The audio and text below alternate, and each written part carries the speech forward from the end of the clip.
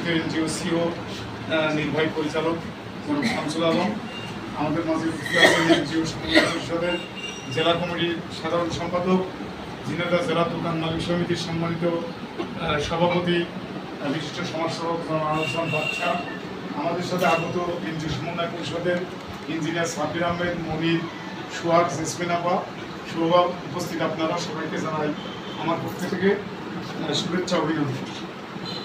আসলে বাদশা ভাই একটি কথা বলেছে, দীর্ঘ 15-16 বছর আমরা এনজিও যারা কাজ করি, আমরা দেশপ্রেম নিয়ে কাজ করি, রাষ্ট্র গঠনে আমরা মুখ্য ভূমিকা নিয়ে থাকি সারা বাংলাদেশ। কিন্তু এই এনজিওকে দীর্ঘ 15-16 বছর এনজিও কার্যক্রম স্থবির করে দেওয়া হয়েছে। আমরা ঝিনাইদহ জেলাতে আমরা শামসুল ভাই, বাদশা ভাইয়ের নেতৃত্বে আমরা এনজিও এই জেলায় যতগুলো এনজিও নিয়ে যারা কাজ করে, এর সাথে সংশ্লিষ্ট যারা আছে সবাইকে নিয়ে একটা পরিবারের মধ্যে আমরা একটা পতাকা তুলে ঐক্যবদ্ধ করি। আমরা ঝিনাইদহ এনজিও পরিবারকে গতিশীল করার জন্য আমরা কাজ করতে চাই। সেই লক্ষ্যে আপনারা সবাই আগামী দিনে পথ চলাই আমাদের সাথে থাকবেন। আমরা শক্তিশালী একটি এনজিও পরিবার ঝিনাইদহে তৈরি করতে চাই। এই লক্ষ্যে আপনাদের সবার সহযোগিতা কামনা করে আমি আমার সংক্ষিপ্ত কথা শেষ করছি। ধন্যবাদ।